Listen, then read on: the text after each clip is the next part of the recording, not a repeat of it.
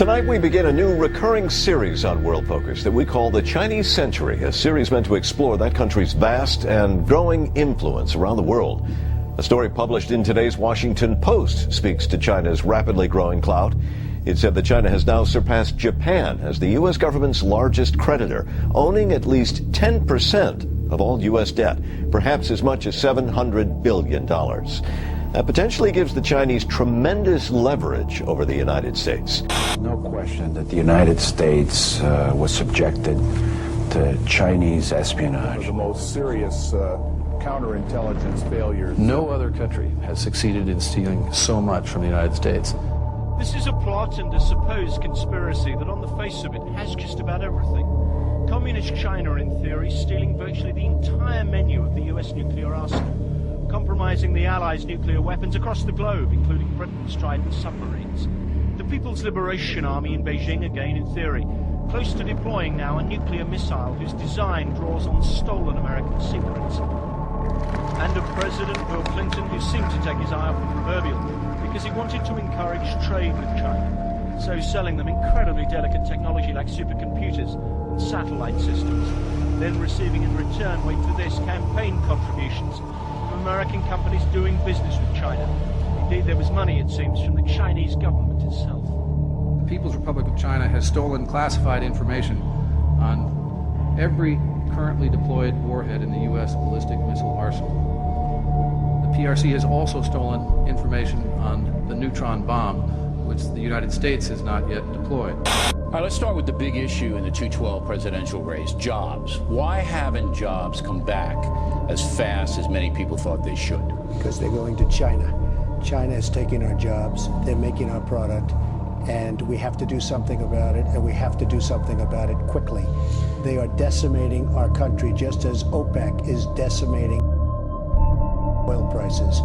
But how can you compete with Chinese labor, which is much, much less than unionized American labor? I mean, what are you going to make a law that says American companies can't manufacture in China? You're going to make a law? By getting China not to manipulate their currency. It's very tough for our companies to compete with Chinese companies because very simply they manipulate their currency.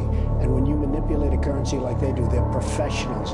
They're going to make a $300 billion, let's call it, profit this year on the United States.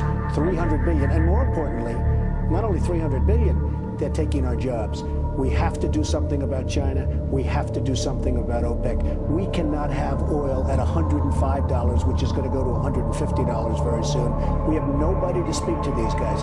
They wouldn't be there except for us. They wouldn't be there.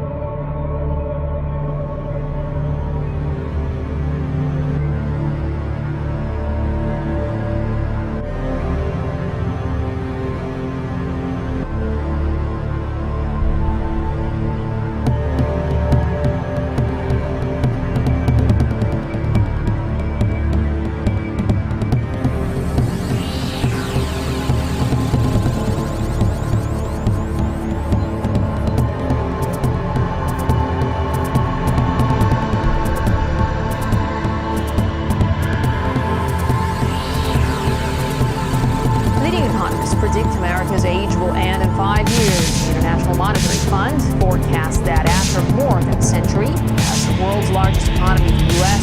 will be usurped by China as early as 2016. As Helen Ford looks at the sun's definitely rising in the east.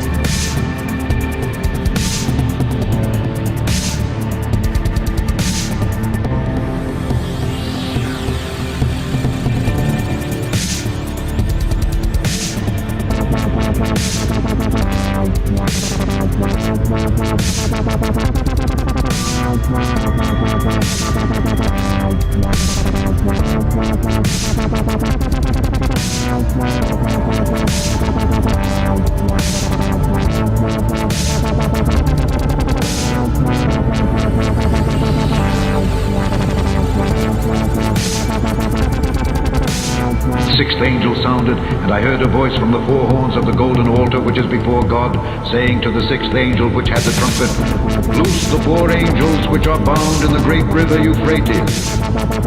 and the four angels were loosed, which were prepared for an hour and a day and a month and a year to slay the third part of men. And the number of the army of the horsemen were 200,000,000, and I heard the number of them. And thus I saw the horses in the vision, and them that sat on them, having breastplates of fire, and of jacinth and brimstone. And the heads of the horses were as the heads of lions, and out of their mouths issued fire and smoke and brimstone.